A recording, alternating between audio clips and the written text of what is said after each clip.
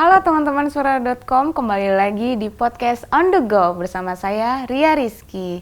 Nah kalau kemarin kita ngomongin soal ekonominya Indonesia. Nah kalau sekarang saya ingin mengajak kalian untuk berdiskusi soal pemerintah Provinsi Jawa Tengah. Tentunya saya nggak sendiri, saya sudah bersama narasumber yang pastinya kompeten membicarakan soal Pemprov Jateng. Saya boleh perkenalkan dulu ya. Halo Bapak, Assalamualaikum. Waalaikumsalam. Jadi Bapak ini adalah anggota DPD RI perwakilan Jawa Tengah, Bapak Dr. Abdul Holik SHMSI ya Pak ya? Ya. Nggih Pak, selamat datang di acara podcast On The Go. Sehat Pak? Alhamdulillah, terima kasih Alhamdulillah. untuk suara. Terima kasih juga Pak atas waktunya. Nah ini saya mau langsung ajak ngobrol aja nih Pak. Kita ngobrol tentang Jawa Tengah gitu ya. Dari Jawa Tengah dulu. Ya, tapi mungkin temanya yang luas, tidak hanya Pemprov tapi keseluruhan Jawa Tengah. Betul. Oke. Betul. Ngomongin Ganjar sih Pak. Enggak dong, bercanda. Beliau sudah Lagi jadi ramainya capres Ganjar. ya. Kita bicara soal ya Jawa Tengah secara umum gitu. Gini Pak, Ya. Jawa Tengah itu kan termasuk penduduknya tuh yang paling banyak Pak. Kalau lihat di data 30 juta Ya, penduduk. 36,7 36. Tapi tapinya nih, Provinsi Jawa Tengah itu ada di urutan kedua sebagai provinsi termiskin setelah Yogyakarta. Oh. Nah, ini kan maksudnya kita sebagai orang yang mungkin tinggal di Jabodetabek, di Jakarta, berpikir gitu, ini provinsi luas gitu kan, tapi kok masih angka kemiskinannya tinggi. Kondisi di lapangannya itu seperti apa sih Pak? Wah, ini pertanyaan berat ini. Masih Iya. pagi, udah berat. Iya, langsung berat ini ya. Kirain mau cerita Borobudur dulu. Oke, ya. Semua permisa, jadi Jawa Tengah memang salah satu provinsi 3 besar populasinya di Indonesia. Di bawah Jawa Timur yang sekitar 45 jutaan, kemudian Jawa Barat sekitar 38 juta, nah kita 36,7 juta Jawa Tengah ini. Dan posisinya itu dari segi jumlah populasi juga dicempit antara Jabar Jatim, posisi geografisnya juga sama. Kita membelah antara Jawa Barat dan Jawa Timur. Dan dua provinsi ini, Jawa Barat itu adalah sentrum ekonomi nasional karena dia berhimpitan dengan DKI. Jawa Timur itu juga menjadi sentrum ekonomi dari timur. Makanya kalau kita lihat arus barang dan jasa ya lebih banyak alurnya kalau dari barat itu barang-barang hasil produksi manufaktur. Kalau dari timur itu lebih banyak soal agronya. Bahkan termasuk banyak kebutuhan itu disuplai dari Jawa Timur melewati Jawa Tengah. Itulah kenapa Jawa Tengah memang kalau dilihat performanya kadang-kadang ekonominya masih ketinggal dengan Jawa Timur dan Jawa Barat. Nah, termasuk dalam hal tadi soal kemiskinan memang Jawa Tengah masih menghadapi tingkat prosentase yang cukup tinggi.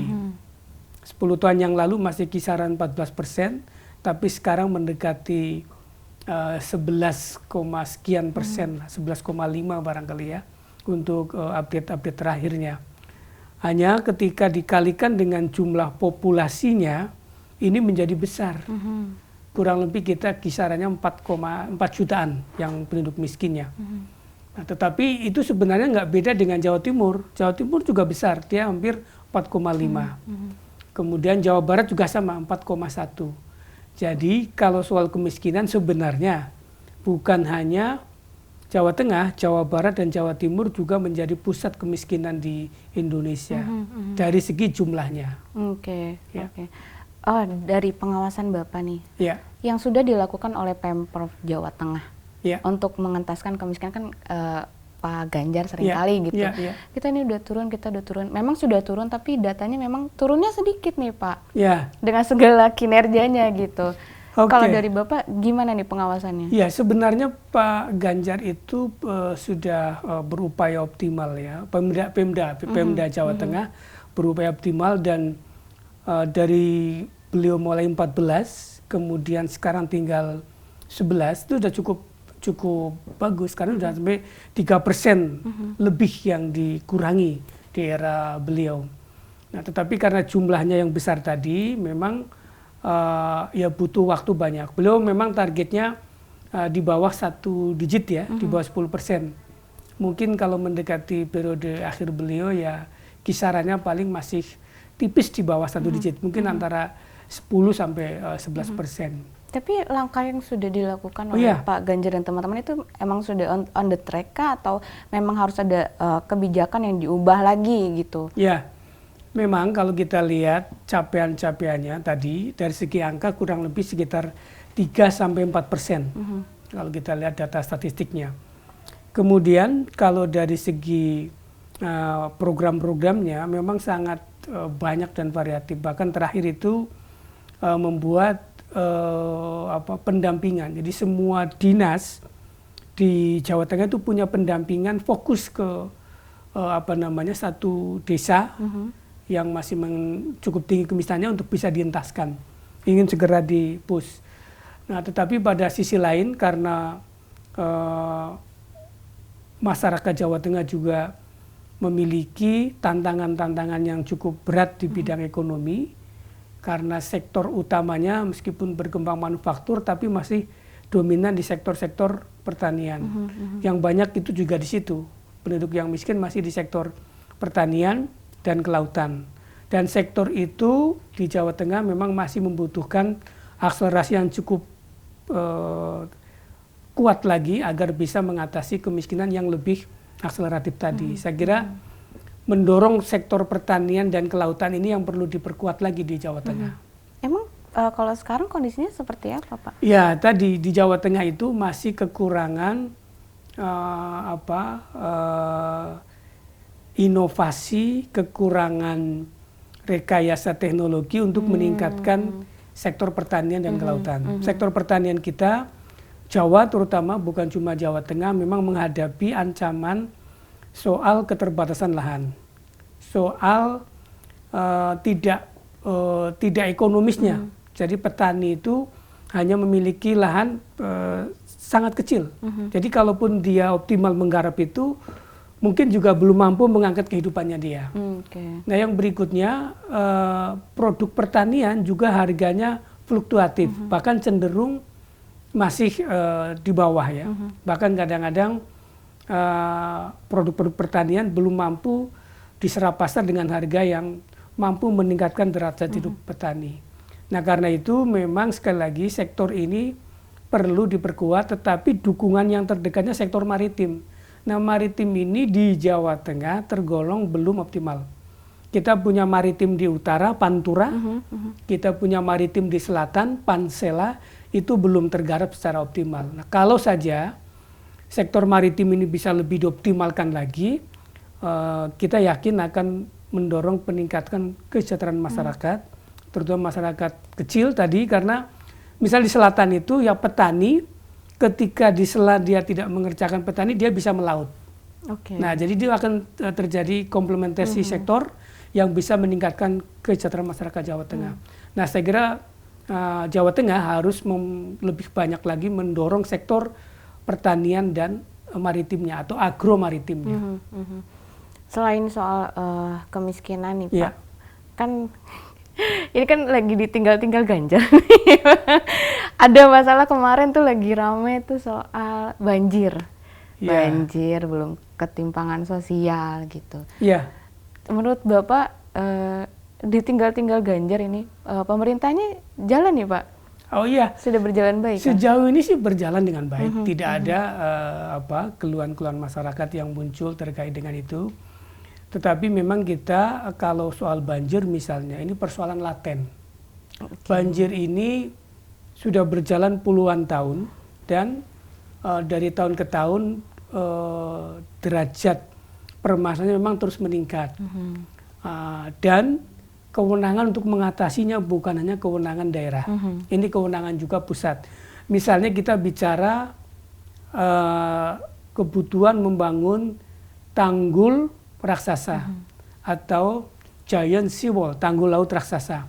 Itu investasinya memang sangat besar dan itu tanggung jawabnya pusat dan daerah. Yang berikutnya untuk menangani banjir selain juga rob tadi, penanganan sungai itu sebagian besar kewenangannya juga kewenangan pusat. Ada namanya Balai Besar Wilayah Sungai. Kalau di sana ada di utara namanya Juwana, Sungai Juwana, Pati. Kalau di selatan Serayu Opak. Nah, problem ini yang memang membutuhkan kolaborasi ya antara pusat dan daerah, dan sepertinya sejauh ini belum bisa mengatasi secara optimal. Problem penurunan permukaan tanah ditambah dengan tingginya air laut yang juga terus meningkat dari tahun ke tahun akibat pemanasan global, mengakibatkan permukaannya tanah turun, kemudian air naik, maka beberapa daerah di Jawa Tengah sudah hampir 2 sampai 2,5 meter di bawah permukaan air laut. Jadi sedikit saja ada masalah apakah pompa, apakah tanggul, memang menjadi sangat berat ini. Itu kan apakah nggak jadi pembahasan utama gitu kan? Yeah. Seperti halnya kayak kalau di Jakarta mungkin kan itu sudah penyakit lama gitu kan? Iya, masa Jawa Tengah mau kayak gitu juga gitu ya Pak? Ya memang ini perlu jadi ini. Saya sendiri memang kemarin menggelar FGD khusus mengurai soal banjir. Memang kelihatan sekali ada problem di hulu, di tengah sama di hilir itu membutuhkan akselerasi penanganannya. Dan saya kira effort pemerintah harus lebih ditingkatkan lagi. Terutama tadi misalnya soal pengendalian penggunaan air tanah. Nah, sepertinya tidak ada upaya yang cukup serius. Juga tidak ada upaya untuk menyiapkan bendungan untuk menahan air yang dari atas. Ini juga belum ditangani dengan cukup serius. Karena persoalan di atas soal alih fungsi lahan, kemarin juga Pemprov Jateng menyadari bahwa ini perlu diperketat lagi, tetapi langkah berikutnya saya kira kalau hanya mengetatkan izin tapi tidak menyiapkan penampungan air untuk menahan air langsung ke bawah atau bendungan itu juga harus disiapkan, dan ini proyek nasional juga. Iya, betul, nah, betul. Tetapi daerah harus proaktif menyiapkan ini. Nah, ini kelihatannya masih belum optimal untuk penanganan banjir secara menyeluruh. Di DKI juga gitu, Pak. Ya hampir sama. Yang hampir sama itu, Pak. DKI untuk giant seawall-nya juga saya kira belum ini, karena tadi ada batas kewenangan antara daerah dengan pusat. Kayak misalkan soal Ciliwung. Sama Ciliwung kewenangannya pusat. Sungai itu kewenangannya pusat. Nah, itu yang membuat kadang-kadang tidak semerta-merta daerah itu leluasa melakukan intervensi. Kemudian di sungai pun nanti dibagi lagi. Kalau yang sungainya, badan sungainya itu kewenangannya PU, BBWS, tapi kalau di pinggiran sungai namanya DAS, itu kewenangannya DLH. Ada namanya BP DAS namanya. Nah, ini juga menjadi problem. Nah, kemarin kami merekomendasikan harus dipetakan sejauh mana kekuatan pusat atau kemampuan pusat menangani sungai. Kalau nggak mampu, ya harus diperjelas mekanismenya, apakah dibagi kewenangannya dengan daerah ataukah dilimpahkan dengan daerah. Sebab kalau tidak, yang terjadi adalah begitu masuk musim mendekati musim penghujan, kemudian mau banjir, penanganan sungainya belum selesai. Betul. Jadi yang tadinya harus untuk normalisasi untuk mengatasi banjir malah kemudian menyebabkan banjir karena belum selesai ditangani, banjir sudah keburu datang. Nah, ini saya kira problem-problem ini yang sejauh ini perlu diterobos. Kita lagi menyiapkan juga program-program turunan supaya banjir di Jawa Tengah kita ingin membantu berbagai upaya. Setidaknya ini bisa diinikan. Kita pun juga mendorong ada kolaborasi antar daerah. Bahkan kemarin di simulasi kami, saya terutama itu sedang menyiapkan rekomendasi butuh ada semacam pembantu gubernur khusus menangani rob ini di Jawa Tengah. Jadi ada pejabat yang memang tugasnya khusus untuk itu. Oh gitu, itu sudah diajukan Pak? Ya, kita akan rekomendasikan itu sebagai bagian dari upaya mengatasi masalah ini secara lebih efektif dan juga berkelanjutan. Sebab kalau tidak, kabupaten kota satu sama lain sering tidak sinkron, perlu kolaborasi. Misalnya begini, kembali ke soal bendungan. Bendungan itu adanya di Kabupaten Semarang, karena di atas. Tetapi rob-nya kan di kota Semarang.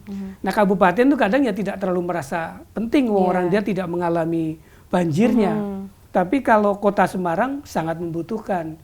Kalau diprioritaskan di kota, tapi kabupaten enggak jalan. Makanya harus ada yang mengawasi, kemudian mendrive masalah ini sehingga bisa berjalan skenario penanganan banjir rob baik hulu, tengah maupun hilir. Emang selama ini nggak bisa Pak, sampai harus ada orang baru? Belum berjalan, sampai sekarang belum berjalan. Dari hasil evaluasi kami belum berjalan dan paparan BPWS pun begitu, banyak sungai yang belum mampu ditangani dengan baik. Banyak sungai-sungai yang tidak terurus dan itu mengakibatkan banjir di sebagian besar wilayah Jateng. Ya kalau dari sisi performan di berbagai sektor banyak penghargaan beliau memperoleh itu. Artinya ya secara formal banyak capaian-capaian yang sudah dicapai oleh beliau di berbagai sektor. Makanya ini nggak nutut. Makanya banyak prestasi di Jawa Tengah, tapi problemnya kayaknya kok nggak bisa habis.